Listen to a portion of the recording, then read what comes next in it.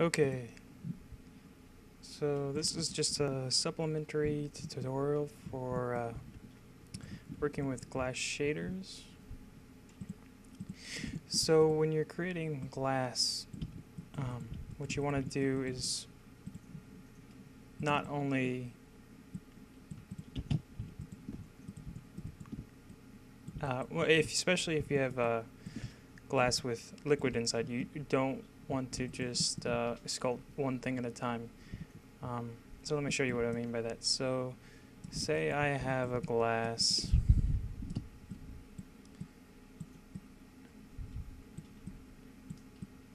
and create a little bit more interesting geometry.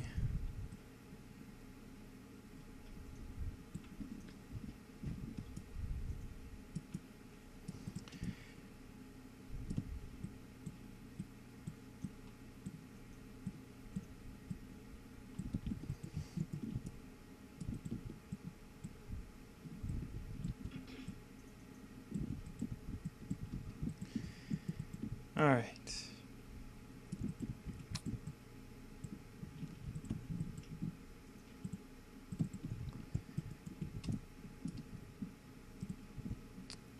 So you guys have probably already used this technique to make glasses before.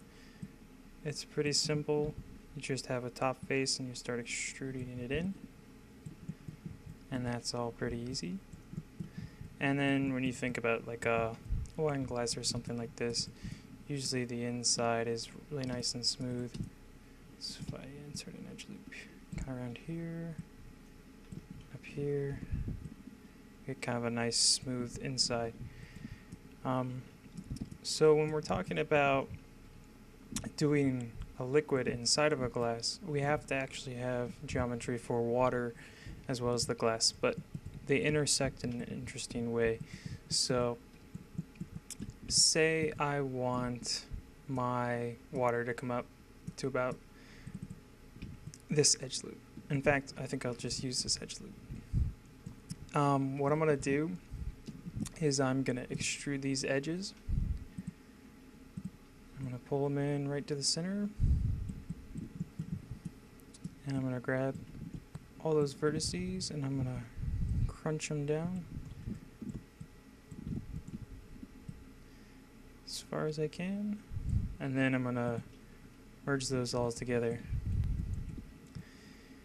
Now right now it looks like it's rendering the reverse of these faces, so it's rendering the bottom side. So I want to make sure that I grab all those faces and I'm gonna reverse those. So now it's looking more correct. But before we're done with this, we actually have to go in and reverse some more normals.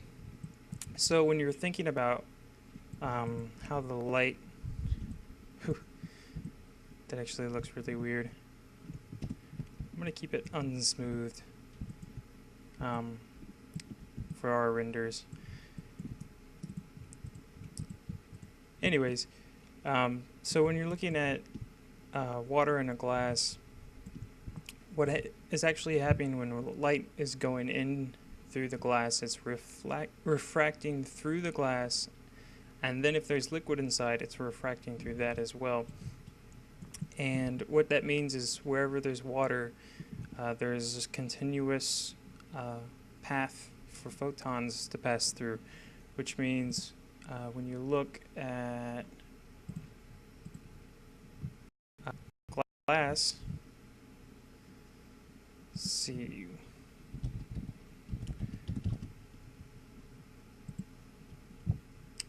when you're looking at wine in a glass, and you look at it very closely, you'll notice that the color and the lighting in the water goes all the way to the edge on the outside, not on the inside because light's passing through. So we want to make sure that we have this effect, because without this it looks like you have like a piece of jello or something weird in a cup. So the way we do this is first of all with our geometry. So we already have our faces, which will represent the water, but we have to reverse our normals. So we select everything that I have that I'm considering water geometry. And that would be all of that. So because I've already reversed these normals, and I do want the normals on top facing this direction, I have to deselect these. So now I just have these faces, the faces of the water that's in contact with the glass. Now, the reason we're reversing these normals is so that light can come in through this glass and then directly into the water mesh. So if I were to, for example, duplicate this, and I'm going to delete everything that's not the water.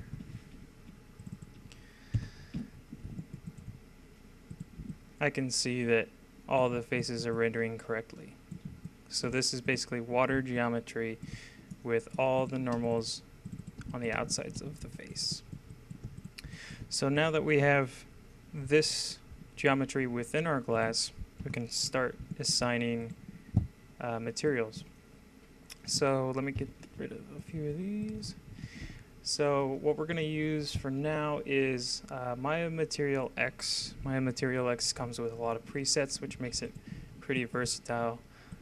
So this first one, I am going to make the glass. I'm going to assign it to the whole thing right now. I'm going to double click on it, and up on the top there's presets. So I'm going to come down and I'm going to do glass physical. And I'm just going to hover over that and hit replace. So now this glass material, which is the stock one, is applied to our entire model. But we need to make sure that we applied a different shader. I'm going to create that right now. A different shader to the water, because water acts slightly differently. It reflects light at a slightly different angle than glass. So now I'm going to select all those faces that I want as water, including the top ones. And I'm going to assign my new material by right-clicking on it and assign to selection. And then I'm going to hit on that. And now I'm going to choose the presets for water. So right away, you'll start getting results. I'm going to create a quick plane here. And I need to create a new light.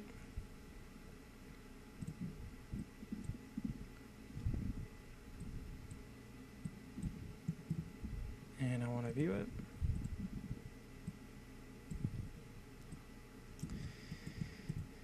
And actually I'm going to pull it up, make it more of a vertical light. I need to make sure that I have my shadows on. I've got ray trace. I'm going to pump that up a little bit for now. And then I have to come under mental ray and under caustic and global illumination there is an emit photons check mark. We're going to click on that. And what this is doing, what caustics are essentially what happens when light goes through a translucent or transparent object, inherits its color, and then is splashed on anything that's around it. So it's similar to global illumination, but for glass and passing through things. So we're going to stick with the defaults for now. What else do we need? I think that's it for now. I have to bring up my renderer and make sure that I'm in mental ray, and I want to set the quality to the standard, and I want to come under indirect lighting and turn on global illumination and caustics. And then I also, so global illumination, caustics, default is fine, and final gather, defaults are fine. Now when I'm rendering this, I'm having some hiccups with the video recording because it's requiring all cores be active at once. So you'll have to forgive me with when this stumbles a bit and the audio doesn't sync up.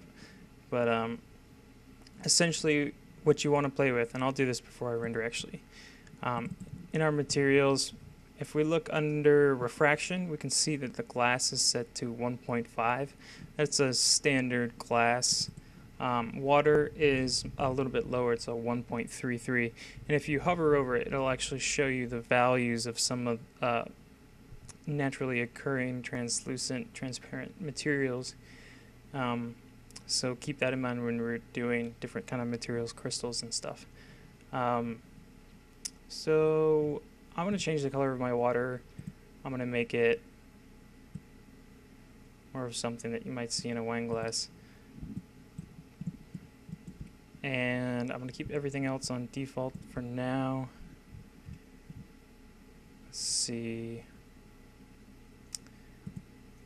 I think that's going to be it. You'll probably want to play around with all these settings.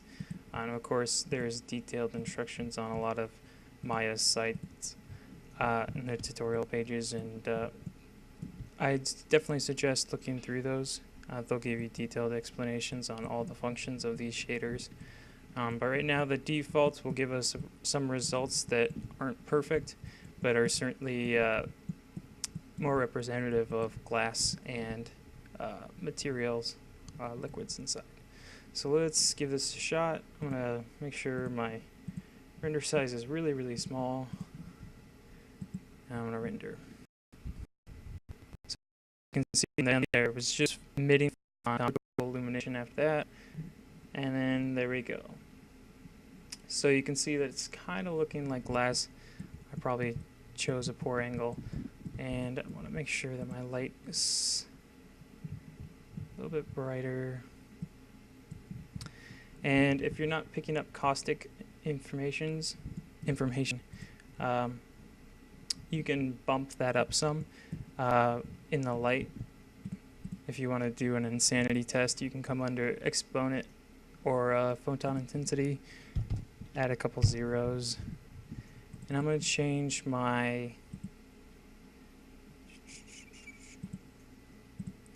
the transparency on my refraction from 0 to something where light will actually pass through slightly.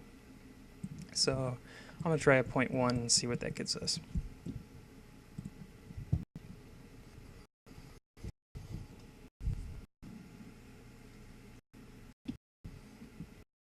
Yes, you can see that the caustics are far too bright.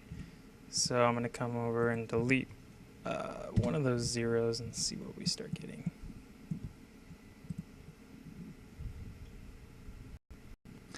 And this was another time when having a really can help a lot with render time and iterating. You can see here, because this glass is completely solid, it's kind of not the right effect. And I'm actually going to pull this light up a little bit so it doesn't have such a harsh highlight there. Try one more time. But we're starting to get nice bleeding from caustics, which is cool. Yeah, so it's decently high. The defaults actually might work out for us in this case. Let's try it real quick.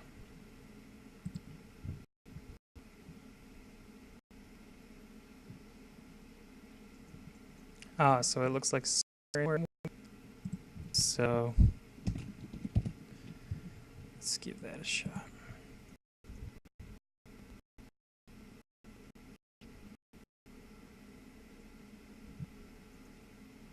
Yeah, result here. I might consider making my my wine a little bit more translucent, and you can do that in translucency. I would definitely suggest playing around with this some. If I make it red, and I'll leave the weight at 0.5, because wine is actually very slightly translucent. Well, this is not a good example because this is backlit. Let's see. you have more translucency. So yeah, this is just a basic guide. I definitely recommend playing with this a lot more. Play with it early on and start learning this stuff if you're especially looking into high res